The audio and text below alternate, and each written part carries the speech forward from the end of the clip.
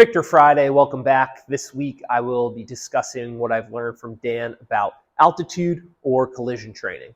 Fichter Friday is me trying to start a trend where people share what Dan and Want to Get Fast have taught them. So if you're watching this, please share some of those things that we could all learn. Last week I talked about split squat isos and extreme isometrics. This week getting into altitude or collision training. A reminder, Dan, Want to Get Fast, they have a Patreon channel, which I highly suggest you subscribe to. And a lot of this content that I'll be talking about, you could find on CoachTube or on previous replays for track football consortiums. Highly suggest you purchase those resources as well. This is kind of a special week because it was my inspiration for starting Fichter Fridays. A few weeks ago, Mark Hoover retweeted an article put out by Sportsmith written by Matt Van Dyke and Dan Fichter.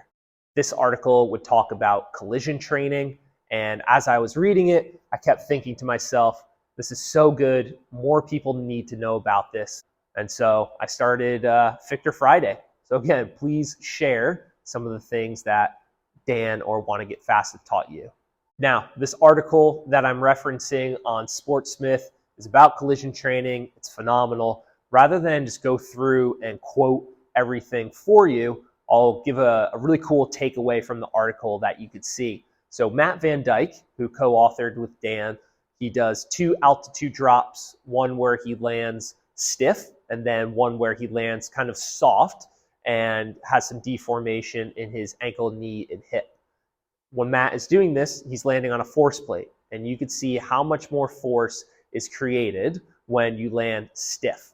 And so the takeaway here is collision training is high force, high impact training. And now that we're all fired up for high force, high impact training, kind of just pause for a minute. Something of vital importance to understand is before altitude or collision training, please make sure, and you must go through some sort of phase or cycle where you're addressing posture, position, and even extreme isometrics so that your athletes know or understand how or where or what they need to be landing in those good postures and positions. If you're like me, earlier in your career, you were more strength-based, and for some reason, it kind of seemed like that strength-based or strength focus went hand in hand with box jumps. And as I've learned more, I've kind of transitioned to more sprint-based or performance-based, and it kind of seems like that goes hand in hand with altitude drops that I've learned from Dan.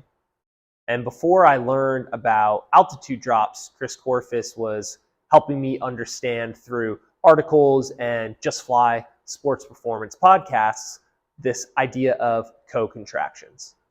So kind of my prelude to altitude training was this idea of when we are landing in a jump, when we are landing in a sprint, there's that moment of co-contraction where our agonists and antagonists are stabilizing our joints. To learn more about co-contractions, I bought the book, Strength Training Coordination Integrated Approach by Franz Bosch, because Chris Korfis and Dan Fichter in their coaching tree cite that they learned a lot from Franz Bosch. So I bought that. A couple of quotes about co-contractions kind of helped me understand a bit more. Co-contractions are a simultaneous action of agonists and antagonists, and they perform an important stabilizing function. Right? So I kind of could get that, and then the big aha moment for me came when learning about co-contractions, this sentence here. This rapid control is based on co-contractions of agonists and antagonists and ensures the necessary stiffness and spring around that joint. So stiffness and spring, my background with DB Hammer, again, the lights are going off, the bells and whistles of the static spring.